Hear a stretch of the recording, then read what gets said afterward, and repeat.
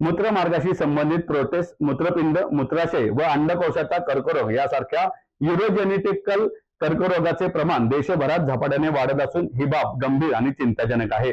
मात्र योग्य वेळी निदान झाले तर अत्याधुनिक वैद्यकीय उपचारांच्या मदतीने या कर्करोगावर यशस्वीपणे नियंत्रण मिळवणे शक्य आहे। यासाठी व्यापक जनजागृती, नियमित आरोग्य तपासण्या आणि तज्ञ डॉक्टरांचा सल्ला घेणे अत्यावश्यक असल्याचे मत आंतरराष्ट्रीय ख्यातीचे युरोलॉजिस्ट व युरोकूल हॉस्पिटलचे संस्थापक डॉक्टर संजय कुलकर्णी यांनी व्यक्त केले। जागतिक कर्करोग दिनाच्या औचित्याने बाणेर येथील युरोकूल हॉस्पिटलमध्ये आयोजित माध्यम संवादावेळी डॉक्टर कुलकर्णी बोलत होते। याप्रसंगी भारतातील पहिल्या महिला laparoscopic surgeon doctor Jyotsna Kulkarni, robotic surgeon doctor Amit Hosarmani, uro-onco surgeon doctor Rohit Deshpande व डॉक्टर उदय चंदनखेडे, बाणेर बालेवाडी मेडिकोज असोसिएशनचे संस्थापक अध्यक्ष डॉक्टर राजेश देशपांडे, युरोकूलचे प्रशासकीय अधिकारी डॉक्टर प्रमोद भावे आदी उपस्थित होते। डॉक्टर कुलकर्णी म्हणाले, प्रोस्टेट कर्करोगामध्ये लघवी करताना अडथळा, वारंवार लघवी, तर मूत्राशयाच्या कर्करोगात लघवीत रक्त जाणे ही प्रमुख लक्षणे असतात। मात्र अनेकदा सुरुवातीला ही लक्षणे स्पष्ट दिसून येत नाहीत। त्यामुळे वयाच्या 50 नंतर नियमित तपासण्या कराव्यात।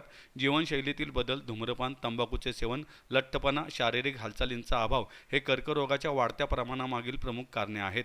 त्यामुळे दुखणे अंगावर काढण्याची मानसिकता टाळून वेळेवर डॉक्टरांकडे जावे। उशीर झाल्यास उपचार गुंतागुंतीचे होतात असेही त्यांनी सांगितलं। डॉक्टर अमित होसरमनी यांनी robotic surgery, doctor Rohit Deshpande यांनी किडनी व अन्न कर्करोग, तर डॉक्टर उदय चंदनखेडे यांनी कर्करोग जनजागृती आणि प्रतिबंधात्मक उपायांविषयी सांगितले। युरोलॉजी व किडनी संदर्भातील आजारांवरील उपचारांकरता महाराष्ट्र राज्याची महात्मा फुले जन आरोग्य योजना युरोकूल हॉस्पिटलमध्ये लागू झाली असून गरजू व पात्र रुग्णांनी या योजनेचा लाभ घ्यावा असे आवाहन डॉक्टर राजेश देशपांडे यांनी केले। कर्करोगाविषयी असलेल्या गैरसमजांना दूर करून समाजात सकारात्मक दृष्टिकोन निर्माण करण्याची गरज आहे। कर्करोग म्हणजे शेवट नाही, योग्य उपचार, सकारात्मक मानसिकता आणि कुटुंबाचा आधार मिळाल्यास रुग्ण सामान्य आयुष्य जगू शकतो, असा आशावादी संदेश डॉक्टर ज्योत्स्ना कुलकर्णी यांनी दिला। युरोलॉजीमधील उल्लेखनीय व भरीव योगदानाबद्दल आंतरराष्ट्रीय ख्यातीचे युरोलॉजिस्ट व युरोकूल हॉस्पिटलचे संस्थापक डॉक्टर संजय कुलकर्णी यांचा इंदोर येथे गौरव करण्यात आला। दी युरोलॉजिकल सोसायटी ऑफ इंडियाच्या 59व्या वार्षिक अधिवेशनात प्राध्यापक महेंद्र भंडारी USI मेडल पुरस्काराने सन्मान झाला।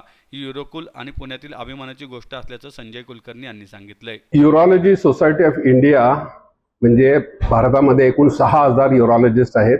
त्यातले 3000 युरोलॉजिस्ट आता गेल्या आठवड्यामध्ये इंदोरला ऑल इंडिया युरोलॉजी असोसिएशन मीटिंगला आले होते। त्यावेळी प्रमुख समारंभामध्ये सगळ्यात महत्त्वाचं जे अवॉर्ड दिलं गेलं ते प्रोफेसर महेंद्र भंडारी यांच्या नावाने अवॉर्ड, डॉक्टर मणी मेनन हे फादर ऑफ रोबोटिक सर्जरी आहेत, त्यांनी जाहीर केलेलं अवॉर्ड डॉक्टर संजय कुलकर्णींना प्रदान करण्यात आलं। हे कशासाठी देण्यात आलं तर युरोलॉजिकल एक्सलन्स। सो हे यावर्षी चालू केलेलं अवॉर्ड आहे, ते पुण्यातल्या डॉक्टर संजय कुलकर्णींना मिळालं।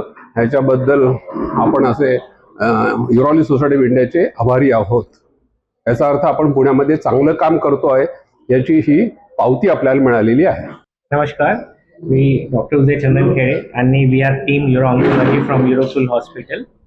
सो आमचा वर्ल्ड कॅन्सर डेचा एकच उद्देश आहे, अवेअरनेस, सेकंड प्रिव्हेन्शन आणि अर्ली डिटेक्शन।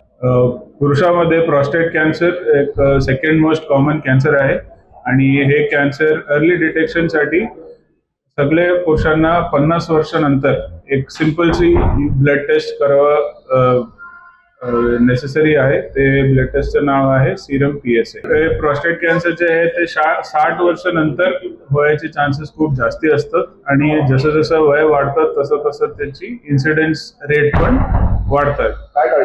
काळजीसाठी असं प्रोस्टेट कॅन्सरची स्पेसिफिक काही सिम्पटम नाही आहे, ठीक आहे, आणि त्याच्यामुळे सगळं पुरुषांना ब्लड टेस्ट करायचं बहुत गरज आहे।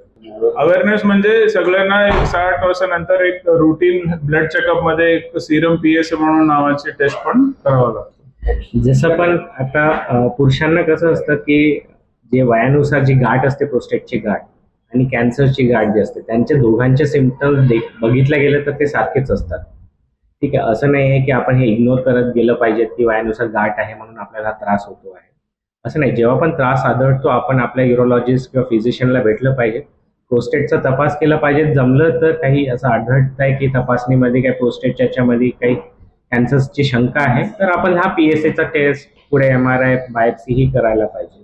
तर सिम्पटम्स असले तर आपण मिस नाही करायचं आणि घरी कोणाला कॅन्सर असेल किंवा फॅमिली हिस्ट्री असेल तर आपण डेफिनेटली अर्ली एजमध्ये हा PSA टेस्ट वगैरे करणं चालतं.